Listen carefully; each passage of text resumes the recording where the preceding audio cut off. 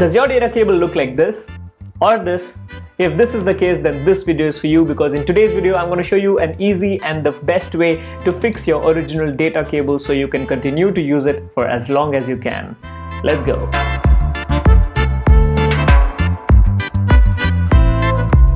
Hey there, my name is Deep and welcome to my YouTube channel. I make videos about DJing and tech, so if that interests you, please consider subscribing. Alright, let me start by telling you why I think it's a better idea to fix your original data cables. You see, data cables can get expensive, especially if you have the ones which are from Apple. They can go up to 1500 rupees if you buy the original product. So oftentimes what happens is you go ahead and pick up a different cable from a third-party manufacturer, and the problem with that is that when you pick up those cables, you will not get the best speeds of charging. Your charging time may increase, and even the data transfer a lot of times might not work. And especially when it comes to Apple cables, if you buy a second-hand product or a product which is third-party, then that cable might work for 3-4 times, and then you will get a message from Apple that will say that this accessory is no longer compatible. So it's always better to be able to use the original cable that you get with the box. And so it is 100% a better idea that if your phone is charging and if it's just worn out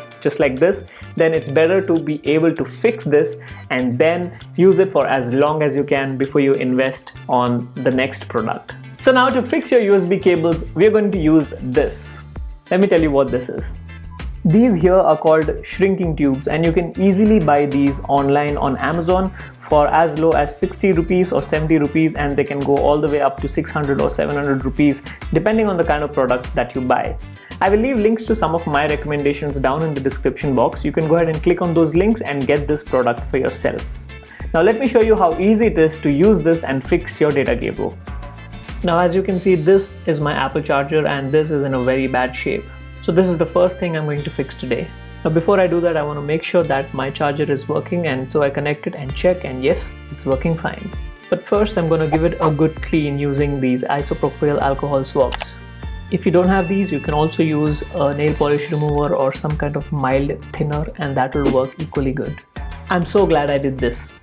Now that it's nice and clean, it's time to cut the shrinking tube to the desired length. I think 4 or 6 centimeters should be more than enough.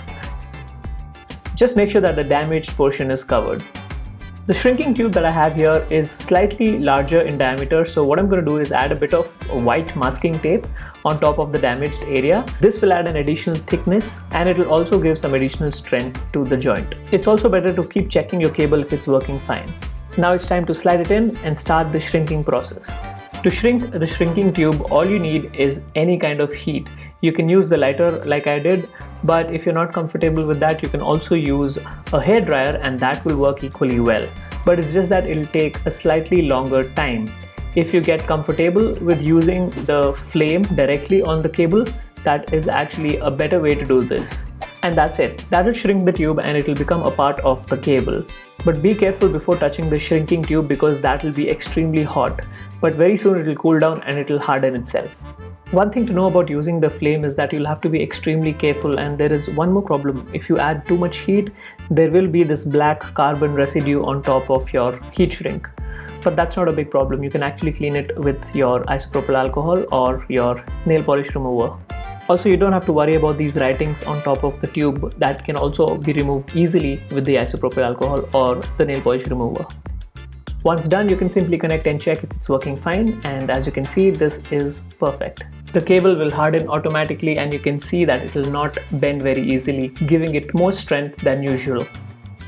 Now in case you're not able to insert the shrink into the cable, you can just use a scissor or a plier, and that will stretch the shrinking tube so that you can insert it into any cable easily. I repeated the process with my black cable as well, and for this I chose a yellow heat shrink because I think that looks good with the black cable, and earlier I used the red. I think that looks better with the white cable. So it's up to you. The color choice is your preference. And that's it, we are done. Now as you can see, these look really good, and it also adds additional strength and character to the cables. And I think these look far better than just using some regular tape. This can also be a great way to color code your cables, and as you can see, these look really good.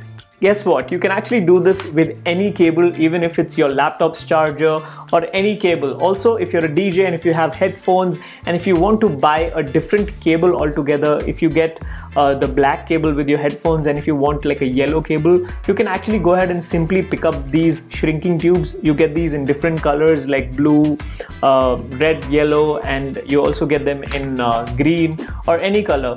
Just go ahead and buy those things and you will be able to convert your black cable into a red cable like this, or a yellow cable.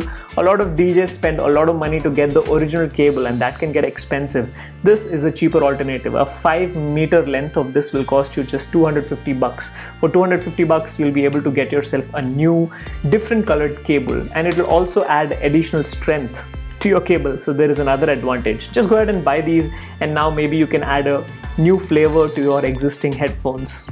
Go ahead.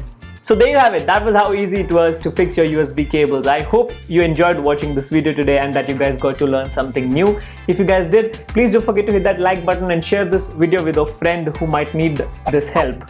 And while you're at it, it'll be nice if you can click on that subscribe button and click on that bell icon to get notified every time I upload a new video. That's been it. My name is Deep and I will see you guys in the next one. Happy to help.